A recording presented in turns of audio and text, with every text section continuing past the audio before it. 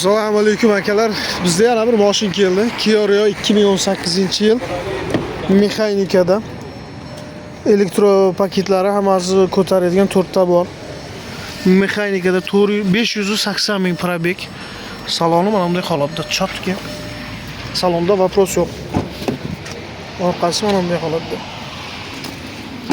Usti mana bunday letni diskda. Покружкасы zimni. 2018-yil 1.6 mexanikada. Mana bu o'ng qo'l eshigini mana bunday ozgina ishlari bor ekan.